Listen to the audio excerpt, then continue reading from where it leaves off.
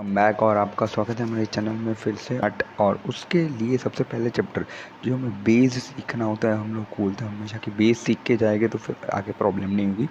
तो वही बेस वाला चैप्टर है ये क्रियापद परिचय। यहाँ पे आप समझोगे कि किस तरीके से संस्कृत का निर्माण हुआ। संस्कृत बहुत सारी लिटरेचर्स आपने देखी होगी और हमने देखा था कि बहुत सारे सालों पहले और मेडिवलियर एज की अगर बात की जाए बहुत सारे बुक्स संस्कृत में लिखे जाते तो वो किस तरीके से लिखे जाते थे हम बेस से शुरुआत करेंगे और फिर आगे आगे बढ़ते जाएंगे।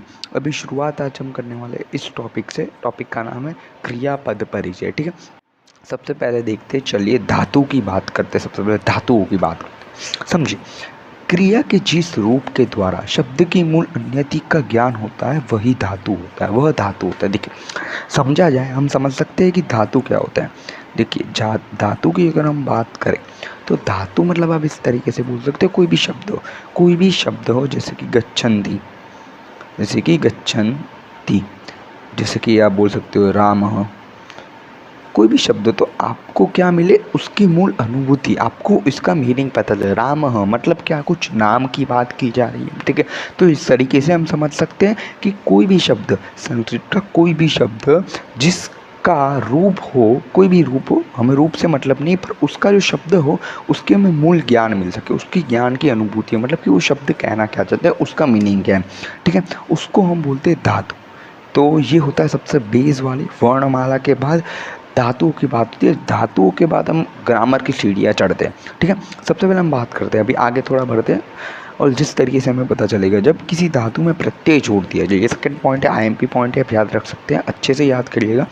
धातु और यहाँ पे भी जैसे लिखा हुआ है कि धातु प्लस प्रत्यय, धातु और प्रत्यय को मिला दिया जाए, मतलब उन दोनों को मेल किया जाए तो क्रिया बनती है और क्रिया से वाक्य बनता है। क्यों, ऐसा क्यों है? देखिए सबसे पहले हम पहले पॉइंट की बात करते हैं जो यहाँ पे लिखा हुआ है। देखिए जब किसी धातु में प्रत्यय को जोड़ दिया जाता है उसे क्रिया कहते हैं। कोई भी धातु हो, कोई भी धातु के पीछे कोई भी प्रत्यय जोड़ दिया जाए, तो वो क्रिया बन जाती है। ठीक है, क्रिया पद बन जाती है या फिर क्रिया बन जाती है। ठीक है, क्रिया पद कब बन जाती है, मतलब कि हम बोल सकते हैं जब वो पद होता है। ठीक है, इनडायरेक्टली ये पद ही है, बट इसका नाम हमने सिर्फ ऐसे ही बोला क्रिया, इसको क्रिया पद भी हम बोल सकते हैं। पर हम वाक्य की बात करें, वाक्य को मैंने यहाँ पे क्यों इसके साथ लिखा, क्रिया के साथ। ठीक है, क्यों? क्योंकि जब किसी वाक्य में, समझिएगा नीचे पॉइंट लिखा हुआ है, जब किसी वाक्य में कम से कम एक क्रियापद हो तो उसे वाक्य कह सकते हैं, वरना नहीं। यहाँ पे मैंने लिखा नहीं हुआ बट बता देना चाहूँगा, जब किसी वाक्य में एक क्रियापद हो तो उसे वाक्य कहा जा सकता है। एक क्रियापद होना वाक्य में अवश्य है। कोई भी कितना भी बड़ा वाक्य हो उसमें एक क्रियापद होना, कितना भी छोटा वाक्य हो उसमें एक क्रियापद होना बहुत ज़रूरी होता है। ठीक है, चलिए आगे बढ़ते। क्रियापद के आधार पर धातुओं को 3 पदों में बांटा गया। देखिए हमें क्रियाफल की प्राप्त, हमें क्रिया चाहिए, क्रिया हमें कब मिलेगी समझिएगा। ऊपर का पॉइंट मैंने उसी लिए बोला। देखिए अगर मैं ठीक से लिखूं तो धातु और प्रत्यय को जब मिला दिया जाए तब आपको क्रिया मिलेगी। ठीक है, ये हमने एक चीज़ देख ली थी। ठीक है, तो बस वो क्रियाफल पाने के लिए हमने धातुओं को ही 3 हिस्सों में डिवाइड कर दिया, 3 हिस्सों में बांट दिया, जिससे क्या सब जो मगजमारी है वो ख़त्म हो जाए। ठीक है, ओके।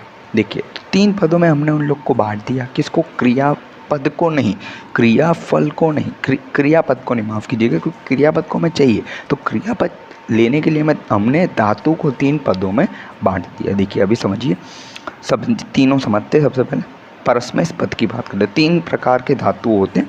सबसे पहले परस्मैश पद, बाद में होता है आत्मेन, यहाँ पे आप देखते ही जाओगे आगे जैसे जैसे आपको पता चलेगा, ये हो गया आत्मेन पद, और बाद में आएगा उभयपदी पद। ये 3 प्रकार के पद होते हैं। उभयपदी पद का तो ज़्यादा रोल नहीं, बट परस्मैश पद और आत्मेन पद का बहुत रोल है। ठीक है, चलिए बात करते हैं परस्मैश पद की। परस्मैश पद मतलब क्या? जिस धातु का फल, समझिएगा, जिस धातु का फल अन्य व्यक्ति पर पड़ता है उसे हम परस्मैश पदी धातु कहते हैं। कोई भी धातु और प्रत्यय आ जाए। देखिए यहाँ पे मैंने क्रियापद लिखा हुआ है इस तरीके से, मतलब जब धातु और प्रत्यय मिलेंगे तो क्या बनेगा?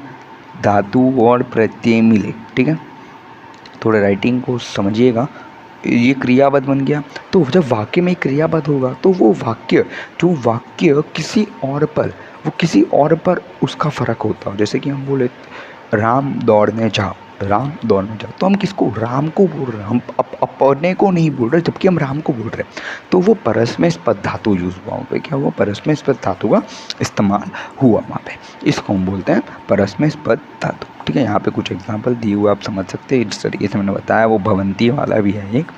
चलिए उसके आगे बात करते हैं आठवें पद।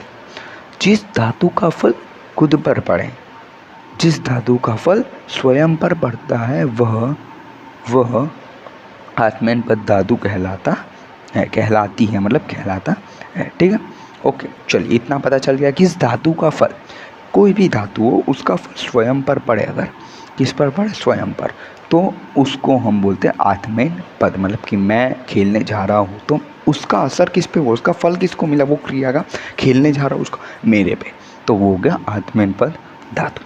ठीक है, कुछ एग्जाम्पल दिए हुए आप समझ सकते हैं। और ये आ गया उभयपदी धातु। इसका क्या होता है, जिस धातु का फल अपने पर भी पड़े और दूसरों पर भी पड़े, स्वयं पर भी पड़े और अन्य पर भी पड़े, उसे हम बोलते हैं, यहाँ पे परस्मैपदी नहीं आएगा, उभयपदी धातु आएगा। ठीक है, तो इस तरीके से समझिए, मैं और राम दोनों खेलने जा रहे हैं।